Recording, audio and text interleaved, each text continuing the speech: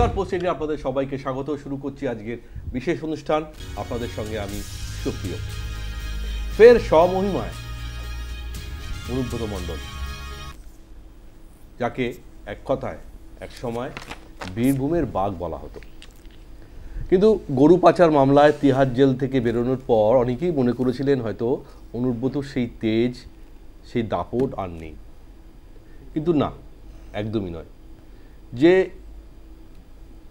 বীরভূমের বাঘের ভয়ে কথায় আছে যে গরু বলদ সব এক ঘাটে জল খেতেন, সেই অনুব্রত মণ্ডল আবার কোথাও যেন লাইমলাইটে চলে এলেন।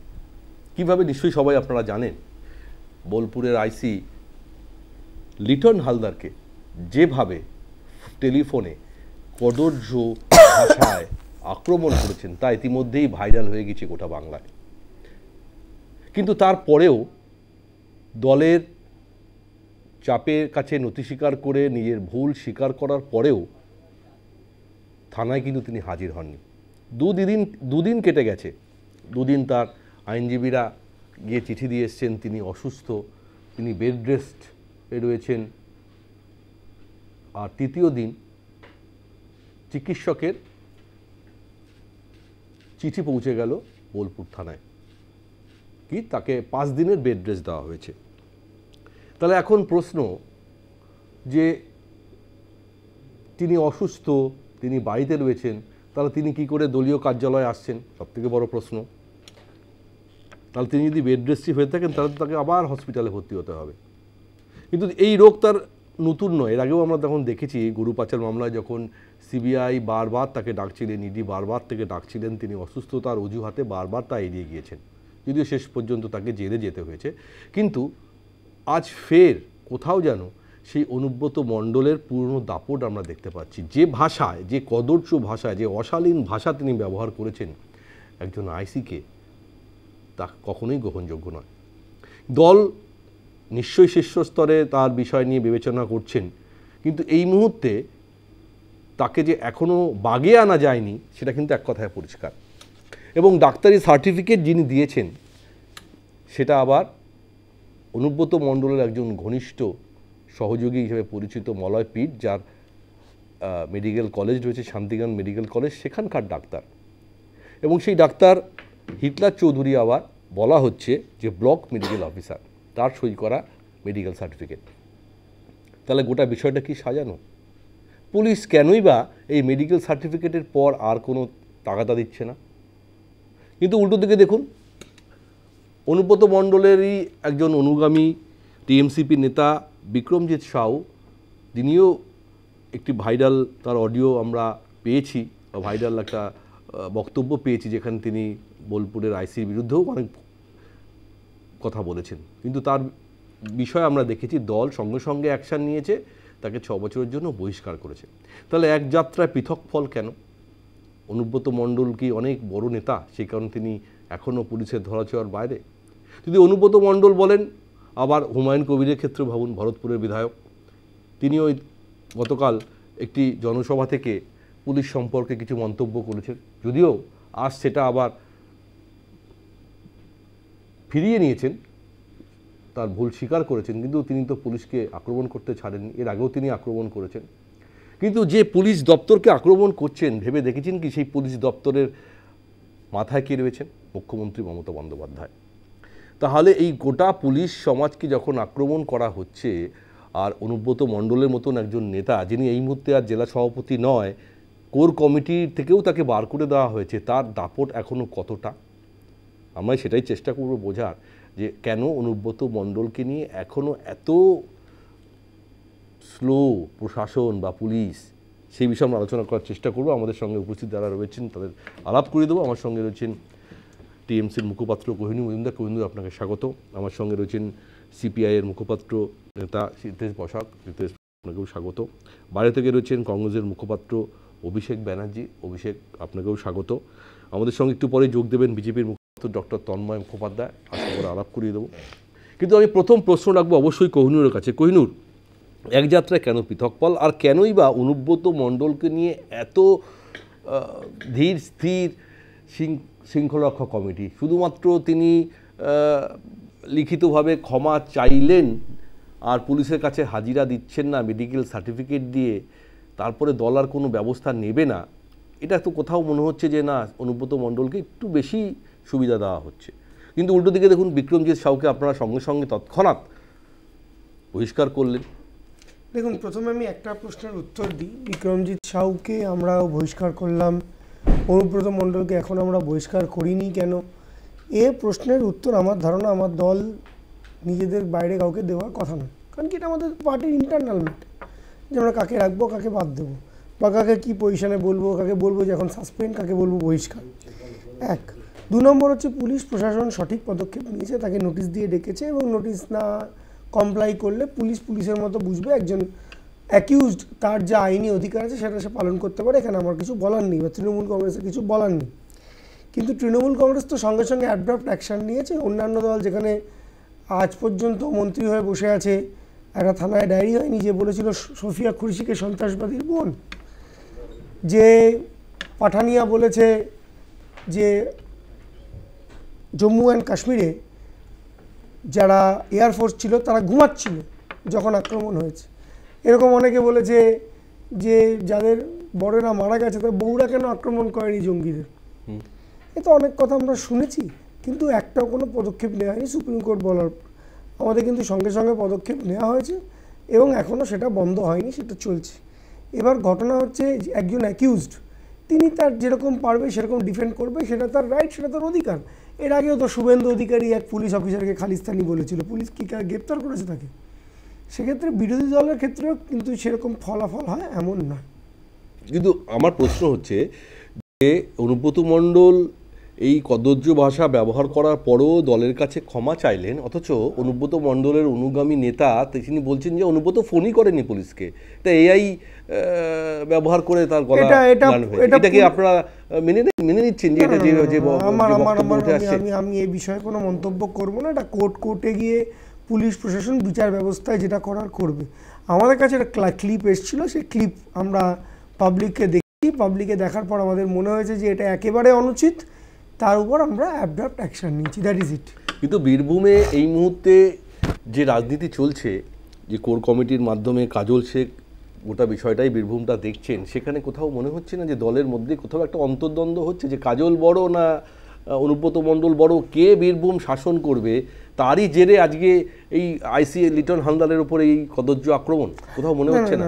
আমি আবার বলি, আপনাদের এটা একেবারে রুজি, আপনারা সারাদিনই গল্পটা মানুষের কাছে চালান এবং এটা চাললে মানুষ পছন্দ করে। আমি দেখেছি সাধারণ মানুষের কথা বলে পছন্দ করে।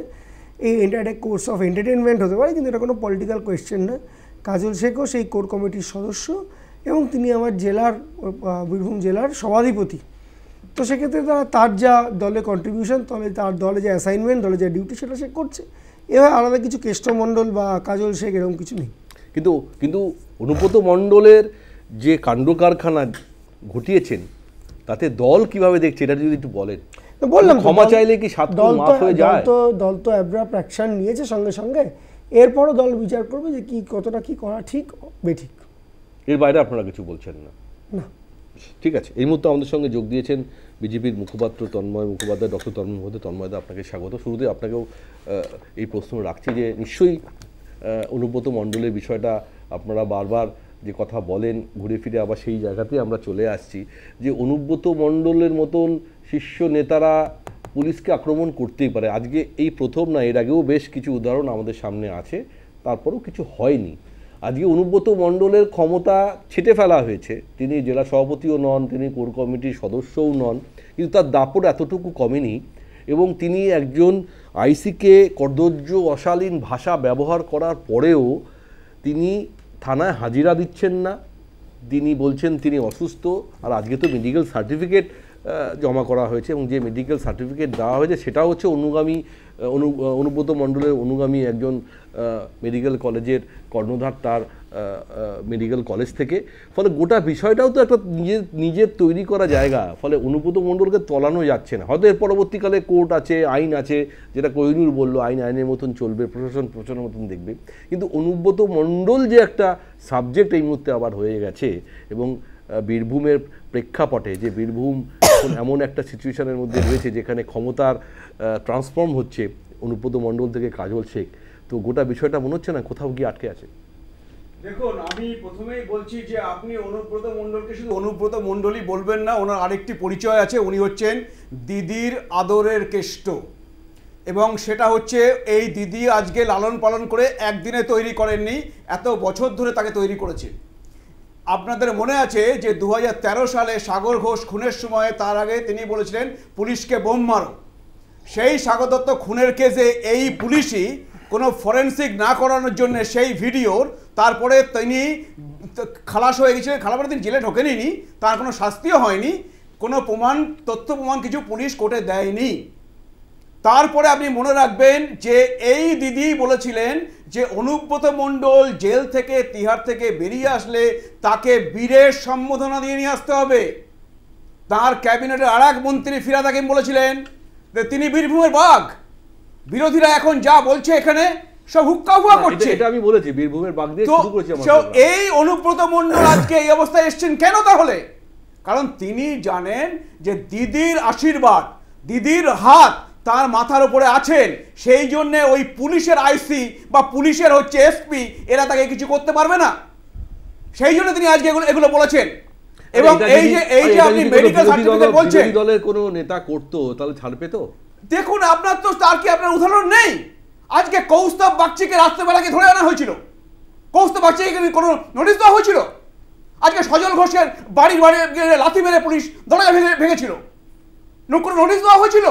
আজকে আপনি দেখলেন রিসেন্টলি যে দুজন মানুষ খুন হয়ে গেলেন, হরগোবিন্দ দাস, চন্দন দাস, তাদের ফ্যামিলি মেম্বারসরা, ওয়াইফ, মা এসে শর্ট লেগে আছেন, সেখানে পুলিশ গিয়ে ভেঙে ঢুকছে। তো এই তো পুলিশ। তো আপনি তাহলে আপনাকে আর বলে দেওয়ার প্রয়োজন নেই যে বিরোধীরা কেউ হলে বা এমনকি সাধারণ মানুষ হলে পুলিশ কি করতো। তাহলে এখানে পুলিশ কোনে করতে পারছে না। বিরোধীদের অভিযোগ যে পুলিশ দলদাস পরিণত হয়েছে, তাহলে সেটাই তো ধরে নিতে হবে যে পুলিশের কাজ এখন আর সেই নাই যে নিজস্ব সত্তা নিয়ে কাজ করা। সেটা কি আর বলার প্রয়োজন লাগে? পুলিশ দলদাস পরিণত হয়েছে, কিন্তু দলদাস তো আপনি এরকম আশা করবেন না যে পুলিশের কি বলছে তার মাকে বা স্ত্রীকে যে ভাষায় বলছে, আমি আপনার টিভিতে বলতে পারছি না, অশ্লীল অশ্রাব্য ভাষা যেটা কানে শোনা যায় না, সেটা দিয়ে আপনি কারোর কোনো উক্তি নিয়ে আপনি হচ্ছে কম্পেয়ার করতে পারবেন না যে ভাষা বলা হয়েছে। তারপরেও কি করে পুলিশ কিছু না করতে পারে? তাহলে হচ্ছে পুলিশের মেরুদণ্ড ভেঙে দেওয়া হয়েছে। পুলিশের কিছু করার ক্ষমতা নেই, কারণ পুলিশ জানে পুলিশ মন্ত্রী এর উপরে আছেন। কারণ আপনি দেখুন যে সেই অডিওতে রয়েছে তিনি নাকি রাজীব কুমারের সাথে কথা বলছেন। আমরা জানি না রাজীব কুমার উল্টো দিকে ফোনে ছিলেন কি ছিলেন না, কিন্তু আমরা বলতে পারি এটা যে রাজীব কুমার একটাও স্টেটমেন্ট দেননি এই বলে যে আমি উল্টো দিকে ফোনে ছিলাম না। তাহলে আমরা ধরে নিতে পারি রাজীব কুমার সেইখানে ছিলেন। তাহলে তার ডিপার্টমেন্টের একজন আইসিকে এইরকম ধরনের হুমকি, এইরকম অশ্রাব্য গালিগালাজ, এইরকম অশ্লীল কথাবার্তা বলছেন, তিনি কোনো স্টেটমেন্ট দিচ্ছেন না, তিনি কিছু করছেন না। তাহলে এই পুলিশের কি দলদাস কেন? এই পুলিশের মেরুদণ্ড বলে আছে কিছু আছে?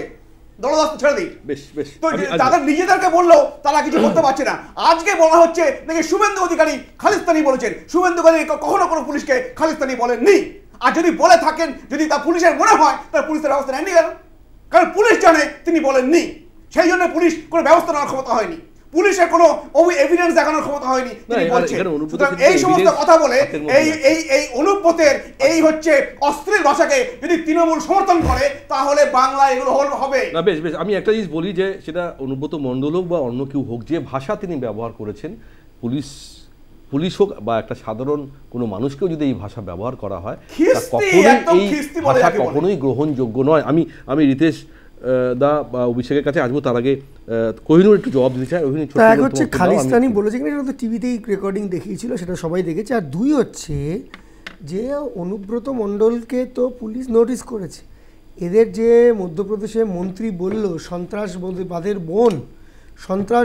বোন, একটা এফআইআর পর্যন্ত করেছে। তার এগেইনস্টে এফআইআর হয়েছে, কোর্ট দেখছে, সুপ্রিম কোর্ট দেখছে। তুমি কি বলছো? এফআইআর হলে সুপ্রিম কোর্ট দেখে না, এফআইআর হলে তার পুলিশ, এফআইআর হলে পুলিশে কোর্টের কাছে চলে গেছে। এটা রাজ্যের মন্ত্রী, হাই কোর্টে চলে গেছে। কোহিনুর, আমি একটা কথা বলি, সে কি মন্ত্রী রাজ্যে এখন বিজেপি শাসিত রাজ্যে যদি এই ধরনের ঘটনা ঘটে থাকে তাহলে আমাদের রাজ্যে সেটাই কি চলবে? সেটা হতে পারে। আমি জিজ্ঞেস করছি, আরে সেটা তো তুমি এটা বুঝতে পারছো না কেন? আমরা এখনো কি মুখ্যমন্ত্রী আছেন যিনি প্রধানমন্ত্রীকে বলেছিলেন আবাসের টাকা আসলে বলে শালা বলেছিলেন, মনে আছে সেটা? যিনি বলেছিলেন প্রধানমন্ত্রীকে একজনকে বলেছেন কিংবদন্তি বাঁকা প্রধানমন্ত্রীকে, প্রধানমন্ত্রীকে বলেছিলেন তিনি কিংবদন্তি বাঁকা, তিনি কি করে মুখ্যমন্ত্রী আছে? আচ্ছা আমি আচ্ছা কোহিনুর আচ্ছা কোহিনুর আমি একটা কথা বলি, বিজেপি শাসিত রাজ্যে যদি এই ধরনের ঘটনা ঘটে থাকে, আচ্ছা বিজেপি শাসিত রাজ্যের ঘটনাটা উদাহরণ হিসাবে তৃণমূল দেখছে? আমার তো মনে হয় না, আমার মনে হয় না। এইটা নিয়ে হচ্ছে আমি বলছি আমি আচ্ছা তুমি তো ডিফেন্ড করছো না, তুমি তো ডিফেন্ড করছো না, তুমি তো অনুব্রত মণ্ডলকে ডিফেন্ড করছো না। আচ্ছা তুমি বলো, আচ্ছা তুমি বলো অনুব্রতকে ডিফেন্ড করছো না তো? মানুষ জবাব দেবে আমাকে, কারো বেশ বেশ বেশ বেশ মানুষের জবাব দেবে। আচ্ছা আসবো আসবো আসবো আসবো, বাকিদেরকে বলার সুযোগ দিতে হবে। বেশ বেশ বেশ বেশ বেশ বেশ আপনি চার রাস্তার মোড়ে গিয়ে চেঁচান কেন? বেশ কোহিনুর কোহিনুর বেশ বেশ বেশ বাকিদের বলতে হবে, বাকিদের বলতে দিতে হবে। বেশ বেশ বেশ ইতেশ দা কোহিনুর বেশ বেশ ইতেশ দা এখন এই বীরভূম বরাবরই একটা এমন জেলা যে জেলায় সবসময় দেখেছি যে রাজনৈতিক কোনো না কোনো ঘটনা এমন ঘটনা ঘটে যা সবসময় খবরের শিরোনামে থাকে। অবভিয়াসলি সেটা হয়তো অনুব্রত মণ্ডল ওই জেলার দায়িত্বে ছিলেন বলে, কিন্তু এখনও অনুব্রত মণ্ডল দায়িত্বে না থেকেও যিনি এমন একটা বিস্ফোরণ ঘটিয়ে দিয়েছেন যে গোটা বাংলা এখন এটা নিয়ে আলোচনা করছে এবং যা করেছেন, এবং তারপরে যদি আমরা 4 দিনের ঘটনা পরপর সাজাই তাহলে দেখবো এখনও অনুব্রত মণ্ডলই আছে, তাকে এখনও টাচও করা যায়নি। তিনি এখনও পর্যন্ত থানায় তো জানিনি, এখন মেডিকেল সার্টিফিকেট দিয়েছি। তাহলে অনুব্রত নামটা শুধুমাত্র অনুব্রত মণ্ডল বলেই কি এখনও পর্যন্ত পুলিশ প্রশাসন বা শীর্ষস্তরের নেতারা এখনও পর্যন্ত গোটা বিষয়টা খুব সাইলেন্ট? দেখো বিষয়টাকে এইখানে দাঁড়িয়ে যদি এটাকে রাজনৈতিক হিসেবে আমরা দেখি, আমার মনে হয় যে বিষয়টা রাজনৈতিক নয়, কেননা দুই রাজনৈতিক দলের মধ্যে রাগচাকচির ব্যাপার নয়। এটা হচ্ছে মানে তোমার হচ্ছে গভর্নমেন্ট অর্থাৎ একজন পাবলিক সার্ভেন্ট, তাকে অ্যাকিউজ করা হয়েছে, তাকে বলা হয়েছে, তাকে এক প্রকার থ্রেট করা হয়েছে। অন ডিউটি একজন পাবলিক সার্ভেন্ট অর্থাৎ সে পদাধিকার মানে উইদাউট পদাধিকার নয়, তাকে বলা হয়েছে এবং বলাটা যে সত্যি হয়েছে সেটা পুলিশের কেস থেকে বোঝা যায়। নিশ্চয়ই পুলিশ তাহলে লিটন হালদারের সাথে কথা বলেছে, কথা বলে যখন এটার সত্যতা আছে তার জন্যই পুলিশ কেসটা স্টার্ট করেছে, শুধুমাত্র একটা ভাইরাল অডিও ক্লিপের ওপরে নিশ্চয়ই কেসটা স্টার্ট হয়নি। তাহলে এইটা প্রমাণিত হলো যে সরকারকে যা খুশি তাই বলা যায়। এইবার হচ্ছে সরকার কী স্টেপ নেবে সেটা আমাদের কাছে দেখার দরকার, কেননা একজন সরকারি কর্মচারীকে সে অ্যাবিউজ, এটা শুধু লিটন হালদারকে বলা নয়, গোটা পুলিশ সমাজের দিকে বলা। আমি এটাই বলতে যাচ্ছি, আর এই পুলিশ দপ্তরের মাথায় রয়েছেন স্বয়ং মুখ্যমন্ত্রী, পুলিশ মন্ত্রী। পুরো সরকারি কর্মচারীর প্রতিনিধিত্ব করছে এই লিটন হালদার, তাকে বলা মানে তার এগেনস্টে এই কাজটার ক্ষেত্রে যদি প্রশাসন কোনো ব্যবস্থা নেয় তাহলে বোঝা যাবে যে প্রত্যেকটা সরকারি কর্মচারীর প্রতি প্রশাসন কতটা দায়বদ্ধ, এবং সেটা যদি না নেয় তাহলে এটা প্রমাণিত হচ্ছে যে সরকারি কর্মচারীদেরকে যেহেতু সরকার মাইনা দেয়, তার মানে সরকারি কর্মচারীকে অ্যাবিউজ করার তৃণমূলের নেতাদের কাছে এটা কোনো ব্যাপার নয়, এটা প্রমাণিত হচ্ছে। এবং এইটাই সবচেয়ে বেশি মারাত্মক, কেননা এখন অবধি অ্যারেস্ট করবে কি করবে না দুটো নোটিশ পাঠানোর পরে অন্যদের তো নোটিশই পাঠায় না। এই যে তুমি একটা বলো যোগ্য শিক্ষকরা, তারা শুধু বলেছিল তারা একটা মিছিল করবে, পুলিশ শুধুমাত্র মেট্রো স্টেশন থেকে নামার সাথে সাথে পুলিশ তাদেরকে ডিটেনশন করে, অর্থাৎ ধরে নিয়ে গিয়ে ভ্যানে ঢোকায়। তারা মিছিল শুরু করেনি, তাদের হাতে ব্যানার ছিল না, তাদের হাতে পোস্টার ছিল না, এমনকি যোগ্য শিক্ষকরা বলছেন যে আমাকে ধরছেন কেন স্যার, আমার অপরাধটা কি বলুন। পুলিশ বলছে চলুন না একটু ঘুরে আসি, চলুন না একটু ঘুরে আসি। তাহলে কেন অনুব্রত মণ্ডলকে বললো না যে স্যার একটু চলুন ঘুরে আসি, তাহলে একটু ঘুরে এসে থানায় বসুন, আমরা তারপরে বাদবাকিটা দেখছি। তার মানে দ্বিচারিতা, একটা হচ্ছে শাসকের বিরুদ্ধে যে বলবে তার জন্য একরকম আইন হবে, আর আরেকজন হচ্ছে শাসকের পক্ষে যে থাকবে বা শাসকের যারা সর্বোচ্চ তার মাথায় যদি হাত থাকে তাহলে তার জন্য আর একরকম আইন থাকবে। এই দুরকম আইনটা দ্বিচারিতা এবং সরকারি কর্মচারীদের ক্ষেত্রে। এবং আরেকটা ভাইটাল জিনিস, টিএমসিপির একজন নেতা বিক্রমজিৎ সব বললাম তো, না না না না না না সে বলেছে, বড় কথা নয়, সে কি বলেছে যে বালি মাফিয়াদের সাথে যোগাযোগ থাকে তোমার, অমুক মাফিয়াদের সাথে যোগাযোগ থাকে তোমার, মানে পার্টি মনে করেছে তাই তোমাকে সাইড পোস্টিং থেকে এখানে এনেছে। অর্থাৎ এই কথাগুলো কিন্তু অ্যাবিউসিভ নয়, এই কথাগুলো হচ্ছে শাসকের যে নগ্ন চেহারাটাকে তুলে ধরছে যে মাফিয়ারা চলছে। এমনকি দলকে গুলি মারো, দল কি করলো না করলো তাতে কিচ্ছু আসে না, দল আর সরকার কি এক নাকি? মানে ওই যে বলে অনুব্রত বলেছে না দিদির পুলিশ, তার মানে কি দিদি আর পুলিশ কি এক? তার মানে হচ্ছে যে ইয়ে থাকবে মমতা ব্যানার্জির পুলিশ বলে তার জন্য যা ইচ্ছে তাই করবে, এরকম আইন তো নেই। তাহলে এইটা প্রমাণিত হলো যে এইসব হচ্ছে, এমনকি হুমায়ুন কবির অবধি বলেছে যে এই থানার আইসিরা তারা এই করে, আমি আমি বিরোধী যদি দলে বিরোধী থাকলে দলে শায়েস্তা থাকতাম, করে দিতাম। তার মানে এটা প্রমাণিত হচ্ছে যে পুলিশরা একে পর এক যে অগণতান্ত্রিক কাজ করছে, যেটা বিরোধীরা বারবার বলেছে, আমরা যারা বামপন্থীরা বারবার বলেছি যে পুলিশ মানে সরকারের এই আড়ালে একটা একের পর এক অপদার্থতার কাজ করছে, সেটা আস্তে আস্তে প্রমাণিত হচ্ছে। এবং সবচেয়ে দুঃখ লাগে কি জানো, সিবিআই দপ্তর একটা সরকারি দপ্তর, যদিও বিজেপির তার বলার দায় নেই, কেননা সিবিআই বিজেপির কোনো শাখা সেল নয়, কিন্তু সিবিআই একটা ট্রান্সলেটর পেল না। একটা ট্রান্সলেটরের অভাবে ওনাকে 2 বছর ধরে জেল খাটিয়ে, ওনার এবং ওনার মেয়েকে 2 বছর জেল কাটিয়ে তারপরে বেলে ছেড়ে দিয়ে দিল। তাহলে সিবিআই আর কবে প্রমাণ জোগাড় করবে? তা আমার মনে হয় যে এই ক্ষেত্রে দাঁড়িয়ে সরকার, দুই সরকারই ওনাকে পৃষ্ঠপোষকতায় জল ঢেলেছে এবং উনি আস্তে আস্তে বড় হয়েছে। আসবো আমি অভিষেকের কাছে। অভিষেক, কোথাও দেখেছি পুলিশের অতি সক্রিয়তা, আবার কোথাও দেখেছি নিষ্ক্রিয়তা, কিন্তু এখন পুরোটাই পুলিশ নিশানায়। পুলিশকে নিশানা করছে অনুব্রত মণ্ডল, পুলিশকে নিশানা করছে হুমায়ুন কবির, পুলিশকে নিশানা করছে টিএমসিপির ছাত্রনেতা। তারপরেও আমরা দেখছি পুলিশ এখানে নিষ্ক্রিয়। প্রশাসন যতটুকু করার করেছে, দল এখনও স্লো, ভাবছে গোটা বিষয়টা কী হবে, আইনের প্রশাসনের ওপর ছেড়ে দিয়েছে। তাহলে কোথাও মনে হচ্ছে যে নামটা অনুব্রত মণ্ডল, নামটা হুমায়ুন কবির, তাই জন্য একটু ভেবে চিনতে দেখে তারপরে ব্যবস্থা নেওয়া হবে, একটু ঠান্ডা হয়ে যাক তারপরে নেওয়া হবে। কীভাবে দেখছো? আমার কথা শোনা যাচ্ছে? একদম একদম। প্রথম কথা, অনুব্রত মণ্ডলের কাছ থেকে গিয়ে আমরা রবীন্দ্রসঙ্গীত বা নজরুল গীতি এক্সপেক্ট করেছিলাম? অনুব্রত মণ্ডল 4 অক্ষর 6 অক্ষর ব্যবহার না করলেই আমি অবাক হতাম। অনুব্রত মণ্ডলকে আজ থেকে 16 বছর 17 বছর আগে অনুব্রত মণ্ডলের নাম বাংলার রাজনীতিতে আমরা যারা কংগ্রেস করেছি তারাও চিনতাম না। অনুব্রত মণ্ডলকে সারা বাংলা চিনল হচ্ছে পুলিশের মাথায় বোম মারবার জন্য। অনুব্রত মণ্ডলকে আজকে মেডিকেল সার্টিফিকেট দেওয়া হয়েছে নিয়ে তুমি অনেকগুলো প্রশ্ন তুলছো। অনুব্রত মণ্ডলের মাথায় অক্সিজেন কম ঢোকে, এটা সবার আগে সার্টিফিকেট দিয়েছিল মমতা বন্দ্যোপাধ্যায়। ঠিক, তুমি কি কথা বলছো? আচ্ছা ছেড়ে দাও, Anubrata Mondal, Humayun Kabir, nobody is important. Mamata Bandyopadhyay যবে থেকে সরকারে এসছে, মমতা বন্দ্যোপাধ্যায় আমার পুলিশ মন্ত্রী। 23শে November 2011 Bhabanipur police station, Jagaddhatri পুজোর ভাসান। সাউ এবং কুমারকে এই ভাসানের ওখানে তারা গুন্ডামি বদমাইশি করত। সোনালী দেবীকে নিয়ে, তখন সোনালী দেবী মমতা বন্দ্যোপাধ্যায়ের ছায়া সঙ্গিনী, ভবানীপুর পুলিশ স্টেশন থেকে বার করে নিয়ে গেছিলেন নভেম্বর মাস 2011। প্রত্যেকের হাতে স্মার্টফোন আছে, চেক করে নাও আমি ভুল বললে। এটা ব্যতিক্রমী ঘটনা। মিলন মেলায় তখন বই মেলা হতো, মিলন মেলায় নাম করে বলে দিচ্ছি 2013 সাল, কর্তব্যরত পুলিশ অফিসার গাড়ি আনতে দেরি হয়েছে, কি বলেছিলেন মমতা বন্দ্যোপাধ্যায়? আপনাদের চাপকানো উচিত। ব্যতিক্রমী ঘটনা।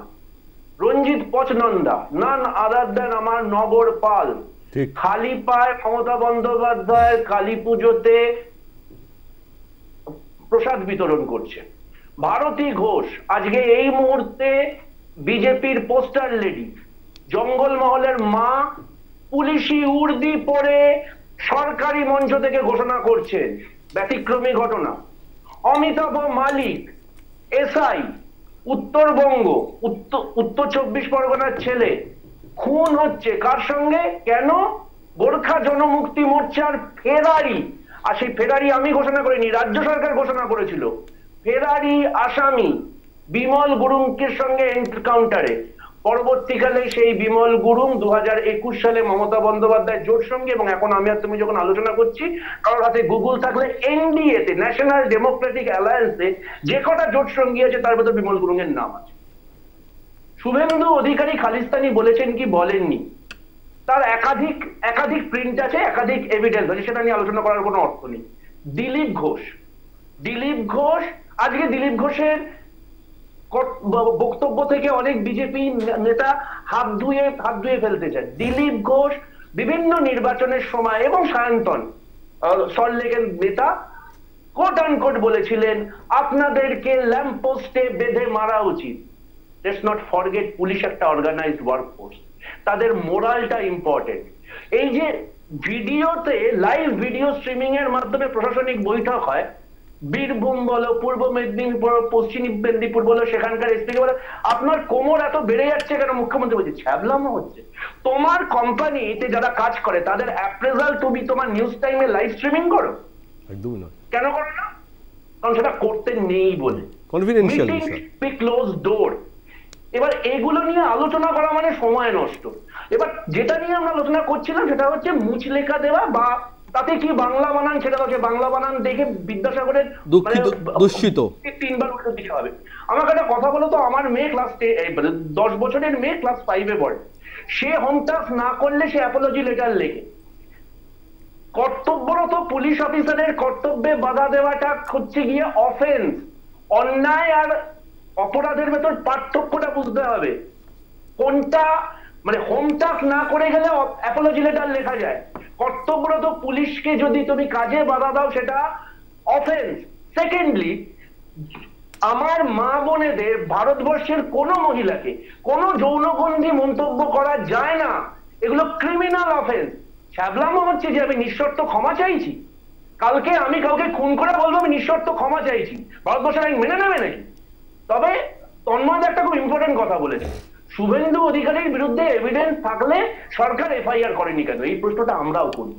শুভেন্দু অধিকারীকে এখানে দাঁড়িয়ে আমার ছোট ভাই কোহিনূর যে বুক বাজিয়ে বলছে যে হ্যাঁ খালিস্তানি বলেছে, তার এভিডেন্স আছে, সত্যি তো, সেই এভিডেন্স নিয়ে কাজ করার দায়িত্ব নিউজ টাইমের এডিটরের নয়, এটা নিয়ে কাজ করার দায়িত্ব আমার পুলিশ মন্ত্রীর। মানে সেটা নিয়ে প্রশাসনিক এফআইআর করতে হবে। এভিডেন্সটাই ছিল না, কি করবে কি করে? ঠিক ঠিক। আমার একটা ছোট্ট বিজ্ঞাপন বিরতি নিতে হবে। আমি অভিষেকের বক্তব্য শুনলাম, কোহিনূর অনেক কথা বলার চেষ্টা করছি, তবে তার আগে ছোট্ট একটা বিজ্ঞাপন বিরতি নেব, ফিরে আসছি, সঙ্গে থাকুন। ফিরে এলাম বিজ্ঞাপন বিরতির পর।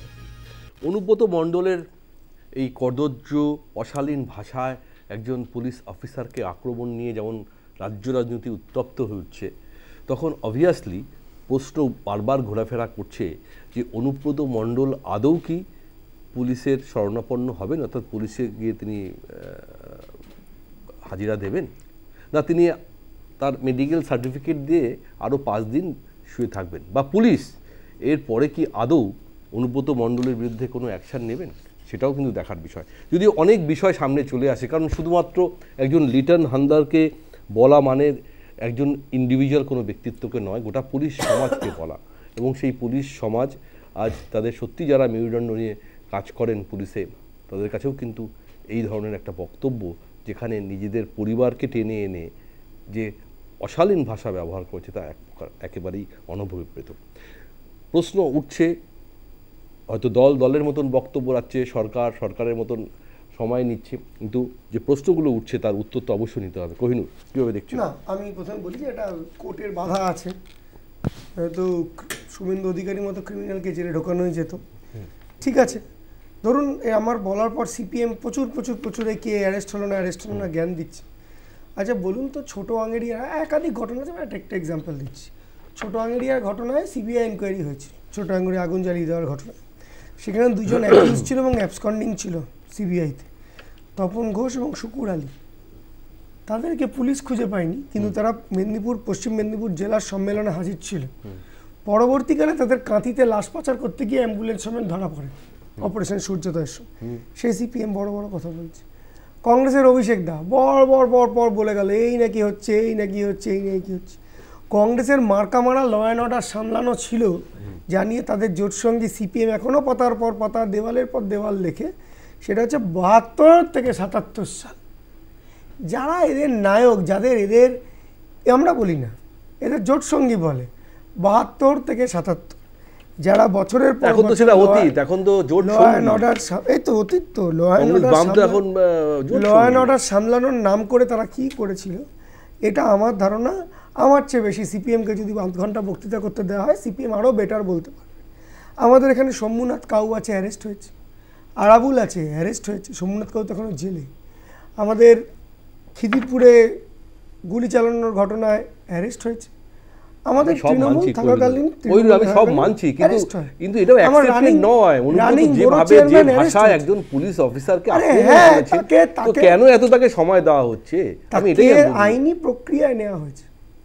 তার বিরুদ্ধে তো এফআইআর করা যদি অনুব্রত মণ্ডল না হয়ে অন্য কোনো নেতা হতো তাহলে কি এত সময় দেওয়া হতো? আচ্ছা ধরুন নন্দীগ্রামে গেলে, মেধা পাটকার গেলে মহিলারা কি করবে এ নিয়ে আপনারা খবর করেছিলেন, তার বিরুদ্ধে একটা গ্রেপ্তারি পরোয়ানা হয়েছিল।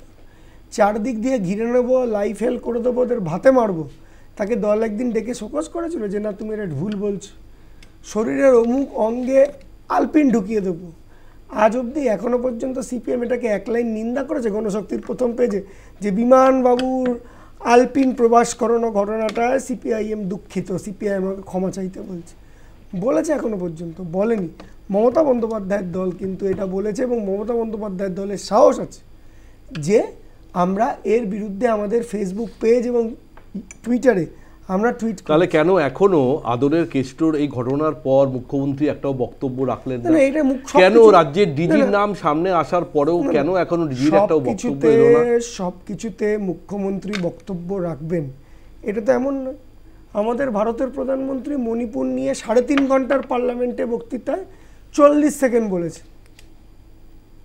কোথাও কি এরকম কোনো বিষয় আছে যে যেহেতু দলের সেনাপতি অভিষেক বন্দ্যোপাধ্যায় সর্বভারতীয় সাধারণ সম্পাদক এই মুহূর্তে দেশের বাইরে রয়েছেন, দেশের কাজের জন্য তিনি বক্তব্য রাখছেন, তিনি না আসা পর্যন্ত কোনো সিদ্ধান্ত হবে না, সেই কারণে গোটা বিষয়টা একটু স্লো করা হচ্ছে? এরকম দেখুন, আমি আবার বলছি, অভিষেক বন্দ্যোপাধ্যায়ের মতামত দল নিয়েছেন, দুনিয়া আসলে কি হতে পারে কি না হতে পারে এটা আমার দলের অভ্যন্তরের আলোচনা। দলের অভ্যন্তরের আলোচনা তো আমি বাইরে দেখাবো না। এই যে অভিষেকদা বললো যে নিউজ টাইমে এই যখন প্রশ্ন উত্তর করা হয় সেটা কেন পাবলিকলি করা হয় না, আর এই নিউজ টাইমে তো সুপ্রিয়তাকে মানুষ ভোট দিয়ে, বনগার মানুষ ভোট দিয়ে এখানে আনেনি, মমতা ব্যানার্জিকে এনেছে, তাই জন্য এটা ট্রান্সপারেন্ট, এটা ইন পাবলিক প্রশ্ন করা হচ্ছে যে আপনার এটা হচ্ছে না কেন। প্রশাসনিক বৈঠক যেগুলো সামনে আসছে সেই বিষয়ে উনি বলতে চেয়েছেন। হ্যাঁ, তো প্রশাসনিক বৈঠক কাদের নিয়ে হচ্ছে? মমতা বন্দ্যোপাধ্যায় তো নির্বাচিত মুখ্যমন্ত্রী। অভিষেক কিছু বল, অভিষেক বল। প্রথম কথা হচ্ছে যে ও তো প্রায় মোটামুটি আমি ভাবছিলাম ও রাওলাট আইন পর্যন্ত যাবে। রাওলাট আইন কেন? ইতিহাসে কি গায়ে লাগছে ইতিহাস বললে? এত কলঙ্কময় ইতিহাস পর্যন্ত যেত, কিন্তু ও যে বক্তব্যটা বুঝলো না সেটা হচ্ছে ও নিজেও একটা দপ্তরে কর্মরত, সেই দপ্তরের মিটিংটা লাইভ করতে নেই। যদিও সেই যুক্তিটাকে সমর্থন করে, তাহলে মমতা বন্দ্যোপাধ্যায়ের সঙ্গে যখন ডাক্তাররা প্রথমবার দেখা করতে গেছিল এবং আমরা সেটাকে সমর্থন করেছিলাম, মমতা বন্দ্যোপাধ্যায় ইন্টারেস্টিং কথা বলেছিলেন, বলছে মিটিং কোনোদিন পাবলিক করা যায় না, এমওএমটা পাবলিক করা যায়। আমরাও সেটা বলেছিলাম। তাহলে সেই একই সূত্রে কোনোদিন প্রশাসনিক বইটা পাবলিক করতে নেই। যখন যুক্তিটা বলতে হবে তখন ওটা মমতা ব্যানার্জি বলেছিলেন কোর্টে সাবজুডিস্ট আছে বলে, যেদিন অ্যালাউড হয়েছে সেদিন তো লাইভ মিটিংই হয়েছে।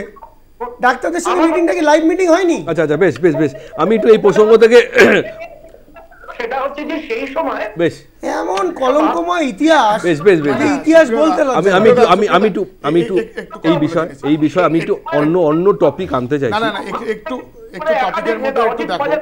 পরবর্তীকালে তৃণমূলের আসবার পর সেই প্রশ্নগুলো করেনি কেন করিডোরের রাজনৈতিক পূর্বপুরুষরা? বেশ আচ্ছা, বেশ অভিষেক আসছে, কতগুলো জিনিস একটা বলে নিই যে এই যে অডিও ক্লিপটা এটা ভাইরাল হয়েছে, ভীষণভাবে ভাইরাল হয়েছে। অন্তত স্কুলের বাচ্চারা জানে কিনা জানি না, কিন্তু ফার্স্ট ইয়ার সেকেন্ড ইয়ারের বাচ্চারা এটা শুনেছে। এইবার আমাকে বলো যে যদি আইনের চোখে সমান হয় তাহলে কোনো ফার্স্ট ইয়ার সেকেন্ড ইয়ারের কোনো স্টুডেন্ট যদি তার স্যারকে ফোনে এইভাবে হুমকি দেয়, কি অবস্থাটা হবে বলো তো? তুমি সমাজে কি বার্তা পৌঁছাতে চাইছো? সমাজে এখনো অবধি অনুব্রত মণ্ডলের ওপরে দৃষ্টান্তমূলক শাস্তি মানে সমাজের প্রত্যেকটা সরকারি কর্মচারীর একটা সুরাহা, একটা সেফগার্ড তৈরি হবে। Anubrata Mondal is not a person. Anubrata Mondal হচ্ছে সরকারকে ডিফেন্স করার ক্ষেত্রে সরকারের একটা প্রতিনিধিত্ব করছে। সে বলে যে দিদির পুলিশ, সে যা খুশি বলুক গিয়ে, কিন্তু উনি একজন কর্তব্যরত অফিসারের স্ত্রী এবং মাকে নিয়ে কদর্য ভাষায় কথা বলেছেন, যে ভাষাগুলো ব্যবহার করা উচিত নয়। সেই ভাষা ব্যবহার করার পরে কেন আইনের চোখে সবাই সমান হবে না? কেন আইনের চোখে গ্রেফতার করা হয়নি? কেন? কাকে? অনিল বসুকে। কেউ কি আর গ্রেফতার করো, এইসব ফালতু কথা বলো কেন? Check করে গ্রেফতার করতে হবে। তোমাদের কথা বলা উচিত নয়। ওই যে ভাষাগুলো বলেছে না, ওগুলো আরেকবার একটু ভালো ভালো রামায়ণ অনিল বসুকে গ্রেফতার করো কি? কেউ গ্রেফতার করো, অনিল বসু বলছিল, কেউ গ্রেফতার করো। মমতা চুলের তাহলে যেটা মুঠি ধরে- পারবে না সেটা ফাঁদলা করো কেন? চুলের মুঠি ধরে টেনে আনা কথা হলো। বলো। আগে অনুব্রত মণ্ডলের স্টেপ নিয়ে দেখাও। প্ল্যান চেক করবো, আপনারা করেননি কেন? আপনারা করেননি কেন? আরে যেটা পারো না, আপনারা যেটা করেননি কেন? ক্ষমতা নেই, আপনারা সেটা না করেননি করে কেন? যেটা- এই জন্য নামটা অনুব্রত মণ্ডল, আপনারা এই জন্য করেননি নামটা কেন? অনুব্রত মণ্ডল। আপনারা করেননি কেন? এবার একটু বলি। আচ্ছা দেখুন, আমাদের এখানে কিন্তু আমরা এই গুলিয়ে ফেলছি দল আর প্রশাসনকে। কারণ অনুব্রত মণ্ডল বলেছে পুলিশকে, অনুব্রত মণ্ডল তৃণমূল দলকে বলেনি। সুতরাং তৃণমূল দল কি করলো, তাকে ক্ষমা করলো কি করলো না, তাকে 6 বছরে সাসপেন্ড করলো কি করলো না, তাতে মানুষের কিছু এসে গেল না। সে একটা অপরাধ করেছে, পুলিশ তার ব্যবস্থা নেবে, পুলিশের সেই ব্যবস্থা নেওয়ার ক্ষমতাটা নেই। আজকে তৃণমূলের এই ওখানে একটা ছাত্র নেতাকে বীরভূমেরই কালকে বলেছে 6 মাস 6 বছর 6 বছর বহিষ্কার। কি এসে যায় সুপ্রিয় তাতে? কিছু ওই আরাবুলকে 6 বছরের জন্য সাসপেন্ড করা হয়েছিল, ঠিক। সে আরাবুলকে আবার প্রয়োজন, তাকে 6 মাস পরে দলে নেওয়া হয়েছিল। ওতে কি এসে গেছে মানুষের? তো এটা তো তৃণমূল দল। আর এটাও আমাদের মনে রাখতে হবে, এটা কিন্তু একা অনুব্রত নয়। তৃণমূলকে ক্ষমতা থাকতে গেলে জায়গায় জায়গায় এরকম তৈরি হয়েছে। সেই কারণেই কি সে জেসিপি হতে পারে, সে শাহজাহান হতে পারে, সেই কারণেই কি আপনাদের সব জায়গায় তৈরি করা হয়েছে। সেই কারণেই কি গতকাল দেশের স্বরাষ্ট্রমন্ত্রী এসে যে বক্তব্য রেখেছেন যে দিদি আপনার সময় শেষ, দুর্নীতি আর রিগিং করেও আপনি আর জিততে পারবেন না 2026। সেই জন্য তো কি সেই বার্তা দিয়ে গেছে তন্ময়দা। দেখুন, আমি এটা আপনাকে বলতে পারি যে এর হচ্ছে আসল চিকিৎসা অমিত শাহের এই হচ্ছে না। বক্তব্য। সেটাই বলছি, বিজেপি ক্ষমতায় আসলে এ সব চিকিৎসা হয়ে যাবে। আর দেখবেন এই সমস্ত গুন্ডা মস্তান এসব কথা বলতে পারছে না। যেমন হয়েছে উত্তরপ্রদেশে ওখানে যোগী ট্রিটমেন্ট চলে, যোগী ট্রিটমেন্ট হওয়ার পরে তারা সব শান্ত হয়ে যায়। এক সময় উত্তরপ্রদেশে ছিল এইরকম মাফিয়া গুন্ডারা মানুষকে অপহরণ করত, পয়সা আদায় করত, সব সময় হচ্ছে গন্ডগোল করত। তো তাদেরকে যোগীজি আসার পরে সব এখন তারা মিউ করছে। তো সেইটা হচ্ছে বিজেপি সরকার আসার পরে পশ্চিমবঙ্গ সেই অবস্থা করে দেবে। সুতরাং সেইটা মানুষকে দেখতে হবে যে সামনেই ভোট আসছে, এই তৃণমূলকে একত্রিত হয়ে একতাবদ্ধ হয়ে সরাতে হবে।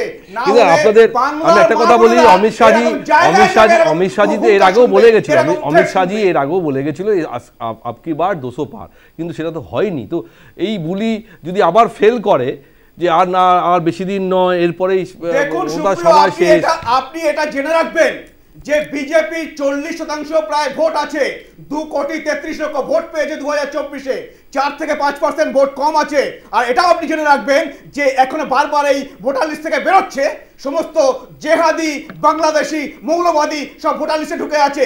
7 রাডি কিন্তু 2 জায়গার ভোটার, ওই আজাদ যে হচ্ছে বিরাটিতে থাকে পাকিস্তানের নাগরিক ছিল, তার 2 জায়গায় ভোটার। তো এই ভোটগুলো কিন্তু তৃণমূল পায়। আপনি বলছেন হাওয়া ঘুরবে সময় এসে গেছে। ভোটটা আছে, প্রধানমন্ত্রী এসে অপশাসন দুর্নীতি নিয়ে রাজ্য সরকারকে আক্রমণ করে গেছে, তারপর তার দুদিন ঠিক পরেই দেশের স্বরাষ্ট্রমন্ত্রী আরো একবার নিশানা করে গেছেন সরকারকে, তৃণমূলকে, যে এই সরকারও থাকবে না, মুখ্যমন্ত্রী মমতাও থাকবেন না, ভাইপো মুখ্যমন্ত্রী হতে পারবে না, অর্থাৎ সময় শেষ। আচ্ছা ঠিক আছে, এ তো অনেকবার বলেছে। আগে তো কারো লোকের বাড়িতে গিয়ে খেত, এখন তো সেটাও ভয়ের চোটে খাচ্ছে না, কারণ কি যার বাড়িতে খেত সে পরের দিন তৃণমূল জয়েন করতো। আমি এটাকে অবাক করে দেখলাম ভিডিও। আমি তন্ময়দাকে অত্যন্ত সম্মান করেই বলি যে অমিত শাহজি এই কথাটা বলছেন যে কি বমি টমি করাবে, যারা দুর্নীতি করেছে বমি টমি করাবে। ঠিক সুকান্ত বলেছে এটা? আচ্ছা যাই হোক, কেউ এখন বলেছেন তো সেটা যখন ক্যামেরাটা অপারেশন বেঙ্গল এর পরে হবে, ক্যামেরাটা প্যান করে যে দুর্নীতিবাজদের বিরুদ্ধে অ্যাকশন নেওয়া হবে, ক্যামেরাটা প্যান করে চলে গেছে শুভেন্দুর দিকে, শুভেন্দুর ফেসটা ক্যামেরায় প্যান করছে, ফিডটা বিজেপি থেকেই আসছে। আচ্ছা আপনি শুনেছেন অমিত শাহজি কি বলেছেন বিধানসভায়?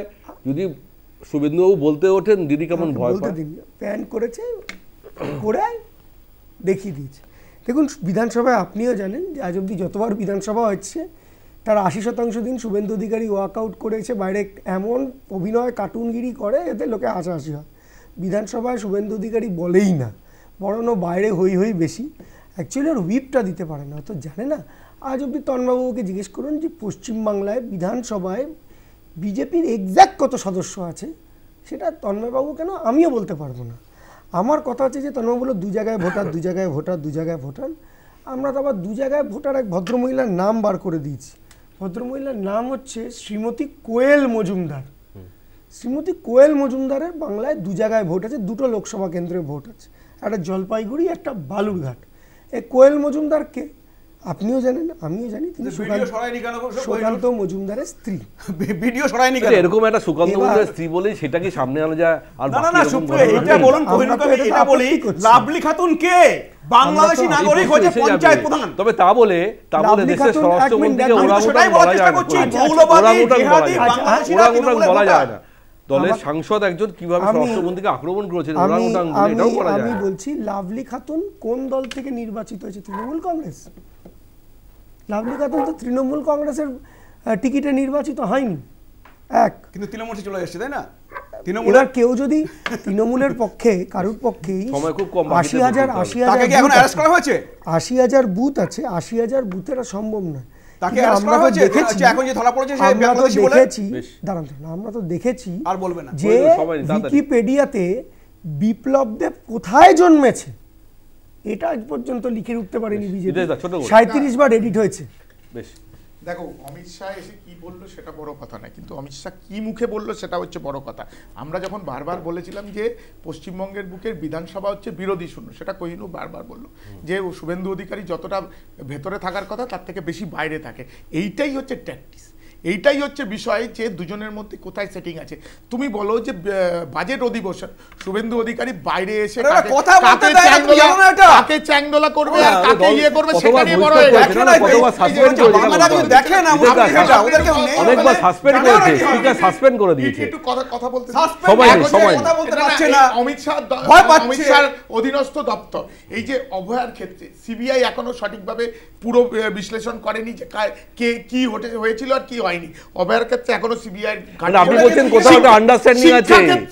শিক্ষা ক্ষেত্রে কালীঘাটের কাকু আর জনৈক অভিষেক ব্যানার্জি এখনো বলতে পারেনি, সিবিআই বলতে পারেনি। সিবিআই ব্যর্থতা কি বিজেপি নেবে? আমার মনে হয় না নেবে। সিবিআই কোনো ভূমিকা নেই। বেশ, অভিষেক ছোট করে সময় নেই। হ্যাঁ, মানে দেখো, অমিত শাহ কি বলবেন না বলবেন সে ব্যাপারে আমার কোনো বক্তব্য নেই, কিন্তু কেসটা হচ্ছে যে অমিত শাহ আসবার পরে বা বিজেপি আসবার পরে এগুলো সব বন্ধ হয়ে যাবে এটা ভাবলে আমার কি মনে হয় বলো তো? ধরো, দেখো, ভাইপো কোন ভাইপো কোথায় যাবে সেটা তুমি সত্যিই জানি না, কিন্তু এরকমই সিমিলার একজন ভাইপো, তার নাম অজিত পাওয়ার, তিনি মহারাষ্ট্রে ছিলেন। তাকে দুর্নীতিগ্রস্ত তুমি বলনি, আমি বলিনি, তন্ময়দা বলেনি, কেউ বলেনি, আমার ভারতবর্ষের প্রধানমন্ত্রী বলেছিলেন নরেন্দ্র দামোদর দাস মোদী। ঠিক, সে তো এখন জোট সঙ্গী। কনরাড সাংমা সম্বন্ধে বলেছিলেন, যিনি হচ্ছেন মেঘালয়ের ইনকামবেন্ট মুখ্যমন্ত্রী, তিনি ভারতবর্ষের ইতিহাসে দুর্নীতিগ্রস্ততম মুখ্যমন্ত্রী। সব ছেড়ে দিলাম, আজকে যখন এই আলোচনাটা হচ্ছে, এই আলোচনাটা হওয়ার সময় মানে শুভেন্দু অধিকারী থেকে শুরু করে সুকান্ত মজুমদার থেকে শুরু করে সবাই বলে, ইভিন তন্ময় দ্বারাও বলেন, আমরা তো বলি, আবার আমাদের অমিত শাহ পর্যন্ত অ্যাক্সেস নেই। আমি দেখতে পেলাম শুভেন্দু অধিকারী এবং সুকান্ত মজুমদার অমিত শাহ দুটো কানের দুদিকে পাশাপাশি ছিল। তারা যে ইনফরমেশন গুলো প্রেস মিট করে বলে, সেই ইনফরমেশন গুলো কানে বলতে পারেন যে তাদের কাছে ক্লাসিফাইড ইনফরমেশন আছে যে অভিষেক ব্যানার্জি চোর, মমতা বন্দ্যোপাধ্যায় চোর। ইনফরমেশন থাকার পর যদি অমিত শাহ তাদের উপর ব্যবস্থা নেয় না, তাহলে তো বোঝা যাচ্ছে এটা প্রশ্রয়ের রাজনীতি হচ্ছে। সে ব্যাপারে আমার কোনো বক্তব্য নেই। এবার বক্তব্যটা হচ্ছে যে মুখের ভাষার কথা হচ্ছে, তাকে অলরেডি দিলীপ ঘোষের কথা বলেছি। নরেন্দ্র মোদী শশী থারুরের এই মুহূর্তে প্রয়াত গার্লফ্রেন্ড সুনন্দা পুষ্করকে লোকসভায় দাঁড়িয়ে বলেছিল 50 কোটির গার্লফ্রেন্ড। আজকে তোমার বাড়ির মা হোক, বান্ধবী হোক, বোন হোক, তাকে যদি প্রাইস ট্যাগ দেওয়া হয় তোমার ভালো লাগবে? ঠিক শেষ করতে হবে। আমাদের দেশের সংস্কৃতি। ঠিক বেশ তাহলে আসলে অ্যাকচুয়ালি একটা এমন জায়গায় এসে শেষ হয় আমাদের অনুষ্ঠানে। শেষ করতে হবে। সময় নেই। এই দেখো, আমার মনে হয় একটা দল আর একটা দলকে আক্রমণ করতে পারে, কিন্তু সেই আক্রমণ কখনো আগামী মুখ্যমন্ত্রী অভিষেক হতে পারবে না, বলছে তো। তার মানে আগেই শেষ করা, সেই কারণে কিন্তু সর্বদলীয় প্রতিনিধি দলে পাঠানো হয়েছে। এই নিয়ে বিতর্ক থাকবে, এই নিয়ে প্রচুর বিতর্ক থাকবে, কিন্তু আমাদের অনুষ্ঠান থেকে শেষ করতে হবে। তবে এটাই বলতে চাই যে সেটিং তত্ত্ব বা অন্যান্য তত্ত্ব যাই থাকুক, আগামী 2026 বিধানসভা নির্বাচনের আগে এমন ইস্যু সামনে রয়েছে, সরকার এবং বিরোধী দল দুই দলের কাছেই কিন্তু একটা এমন জায়গায়, অর্থাৎ লড়াই কিন্তু শেয়ানে হবে, আর আমাদের অপেক্ষায় থাকতে হবে সব বিষয় নিয়ে। সুতরাং আজকের অনুষ্ঠান এখানে শেষ করছি। উপস্থিত সমস্ত অতিথি অনেক অনেক ধন্যবাদ আমার সঙ্গে থাকার জন্য। আপনাদের থাকুন news time, any time, all the time.